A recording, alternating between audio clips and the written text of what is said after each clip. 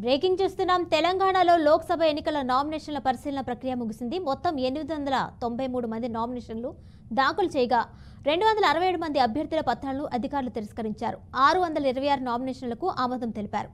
Nagar Kurnool BSP అభ్యర్థి మందా జగన్నాథం, వరంగల్లో స్వతంత్ర అభ్యర్థి బాబు మోహన్ దాఖలు చేసిన పత్రాలు తిరస్కరణకు గురయ్యాయి. అత్యధికంగా మల్కాజ్గిరిలో 77 నామినేషన్లు రిజెక్ట్ అయ్యాయి.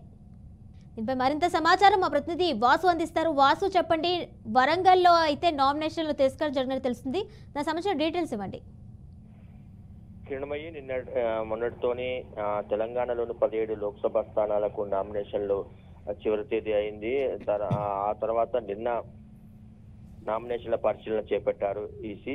ఈ నామినేషన్ల పరిశీలనలో నాగర్ కర్నూలు ఎంపీ స్థానానికి సంబంధించి మాజీ ఎంపీ మందా జగన్నాథం ఆయన బీఎస్పీ నుంచి పోటీ చేశారు. ఆయన బీఎస్పీ బీఫామ్ సమర్పించకపోవడంతో ఆయన నామినేషన్ ని ఈసీ రిజెక్ట్ చేసింది. అట్లాగే రాములు, ఆయన గతంలో సిట్టింగ్ ఎంపీ, ఆయన కూడా డమ్మీ అభ్యర్థిగా ఆయన కుమారుడికి బీజేపీ టికెట్ ఇచ్చింది. ఆయన డమ్మీ అభ్యర్థిగా నామినేషన్ దాఖలు చేశారు. ఆయన కూడా బీఫామ్ ఇవ్వకపోవడంతో ఆయన నామినేషన్ కూడా ఆర్ఓ రిజెక్ట్ చేశారు. ఇటు వరంగల్ సంబంధించి సినీ నటుడు బీజేపీ, ఇంతకుముందు బీజేపీలో పనిచేసి ఇప్పుడు బీఎస్పీలో ఉన్నటువంటి బాబు మోహన్ ఆయన నామినేషన్ వేశారు. అయితే ఆయన ఆ బీఫామ్ సమర్పించకపోవడంతో ఆయన నామినేషన్ కూడా రిజెక్ట్ చేశారు. ఇటు ఆదిలాబాద్ జిల్లాలో బీజేపీ అభ్యర్థి నగేష్ నామినేషన్ తిరస్కరించాలని చెప్పి బీఆర్ఎస్ అట్లాగే కాంగ్రెస్ కు సంబంధించిన క్యాండిడేట్లు కంప్లైంట్ చేశారు ఆర్ఓకి. ఆయన నామినేషన్ లో మొత్తం అంటే సమాచారం ఇవ్వలేదు, అక్కడక్కడ ఖాళీలు వదిలిపెట్టి నామినేషన్ ఫిల్ చేశారు. దానికి సంబంధించి ఆయన్ని అనర్హులుగా ప్రకటించాలని చెప్పి ఆందోళన చేశారు. అయితే ఆర్ఓ ఆయన నామినేషన్ ని యాక్సెప్ట్ చేశారు. ఈ రకంగా తెలంగాణలో మెయిన్ గా ఈ మంద జగన్నాథం, రాములు, బాబు మోహన్ అట్లాగే ఆదిలాబాద్ కు సంబంధించి ఈ ఘటనలు మినహా మిగతా ఎక్కడ కూడా ఈ నామినేషన్ సంబంధించి ఎట్లాంటిది లేదు.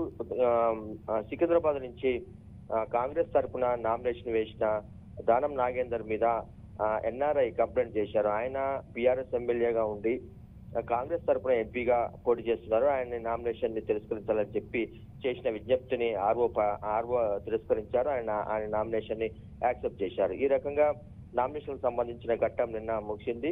ఈ నెల 29వ తేదీ వరకు ఎవరైతే నామినేషన్లు దాఖలు చేశారో వాళ్ళు విత్డ్రా చేసుకునేందుకు అవకాశం ఉంటుంది, పోటీ నుంచి వైదొలిగేందుకు అవకాశం ఉంటుంది. ఆ తర్వాత ఎలక్షన్ లో ఎవరు ఉంటారు అనేది ఫైనల్ గా అభ్యర్థుల ప్రకటన ఈసీ చేస్తుంది. ఈ 29వ తేదీ వరకు, ఈ ఎల్లుండి వరకు ఈ నామినేషన్ సంబంధించిన ఉపసంహరణ కూడా ఈ గడువు ముగుస్తుంది. ఆ తర్వాత మే 13వ తేదీన పోలింగ్, జూన్ 4వ తేదీన కౌంటింగ్ జరుగుతుంది.